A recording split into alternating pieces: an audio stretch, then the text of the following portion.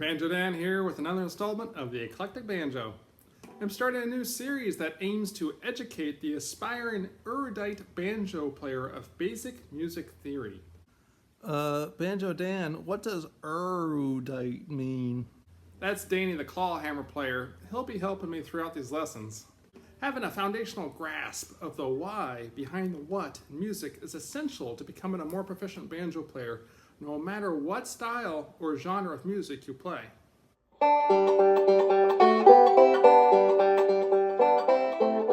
need to establish some music lingo first, just to make sure that we're all on the same page.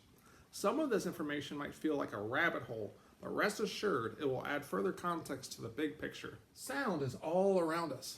Our larynxes produce sound when we speak. Crickets make chirping sounds by rubbing their wings together. Even a howling wind produces sound via friction from other objects. What do all these sounds have in common? They make noise! Close. They make particles vibrate in the air, which in turn produces sound waves, which translate into audible sound. Not all noise is musical, though.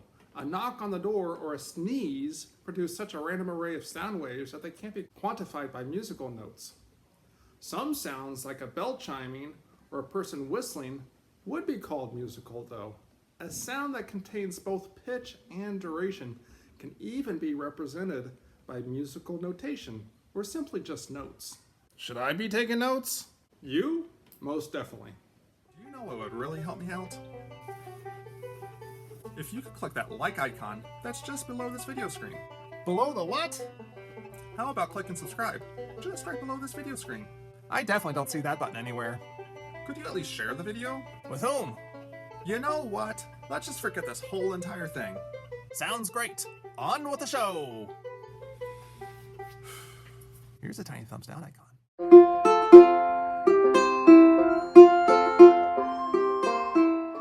Notes are symbols that represent a sound's tone, which can be measured based on the note's wavelength and classified as its pitch. Will this be on the test? Think about how an electronic tuner works. It feels the vibrations coming from a note being played on the banjo, and then it tells us how out of tune it always is. So it's been my tuner's fault all along. People have been studying sound for a long time. To make a long story short, it was determined that there are 12 distinct pitches that occur through sound wave studies.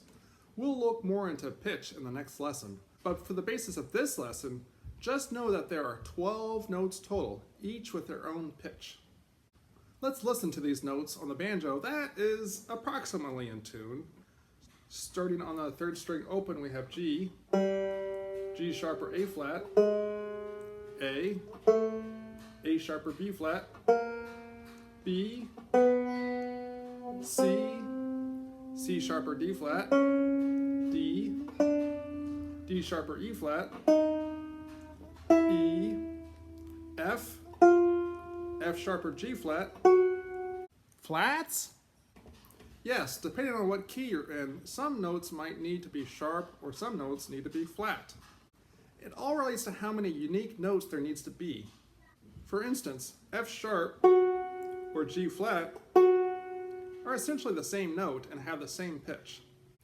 In the key of G major, though, it is incorrect to call F sharp a G flat because then there would be two types of Gs.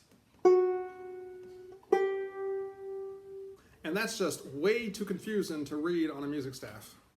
What's a music staff? Exactly. But if you were in the key of D flat major, then G flat would be the right choice instead of F sharp.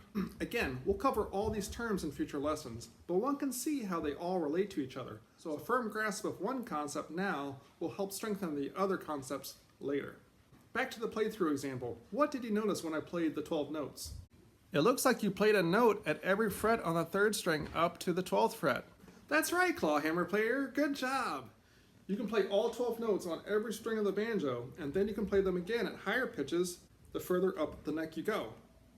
Strings 1 through 4 will start with their open notes and then work their way up in pitch up to the 12th fret, where the same open note will be one pitch higher. And the 5th string repeats its open note at a higher pitch at fret 17. The 17th fret?